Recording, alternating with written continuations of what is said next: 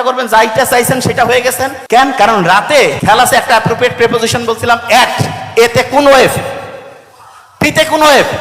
দেখছেন ব্রেন কিভাবে কাজ করে? ওই আলফা থিটা ওয়েভ ঘুমানোর আগে অ্যাক্টিভ হয়ে যায় ওই সময় সাবকনসিয়াস মাইন্ড। আর ওই সময় আপনি কি করেন? মোবাইলটা নিয়ে সারা দিনের খবর, কে কার সাথে মারামারি, ধ্বংস। কেন দে বাবা, সারা দুনিয়া যাক, আপনার কাজ আপনি করেন। আমি বেশিরভাগ ক্ষেত্রে নোবেলের কাছ থেকে তথ্যগুলা পাই। ও একটু বেশি টাইম দেয়, আমি বারবার করে আর টাইম দিস নাই, মানে ওকে আমি বারবার বলি একটু দেখে, মানে দেখে বলতে হচ্ছে মোবাইলে দেখা যায় মেসেজ টেসেজ একটু ইয়া করে। আমি বলছি একদমই এটা 1 তারিখ থেকে একদম বাতিল করে দিব, লোক নতুন আরো নিয়োগ দিয়ে বাদ। কারণ ওগুলা দেখলে নেগেটিভ। বড় বড় খবর আমি দেরিতে জানি। কেন? কারণ আমি কোনো মোবাইল ইয়াতে কিছু না, আমার সাথে কারো যোগাযোগের কোনো বুদ্ধি নেই। যেটা রিয়েল সেটা বলতেছি। জাস্ট আমার যে কাজ, বই পড়া, যেটা জিনিস আমি যেটা করতে চাই সেটা করবো। কেন আমি আন্দাজে টাইম লস করবো?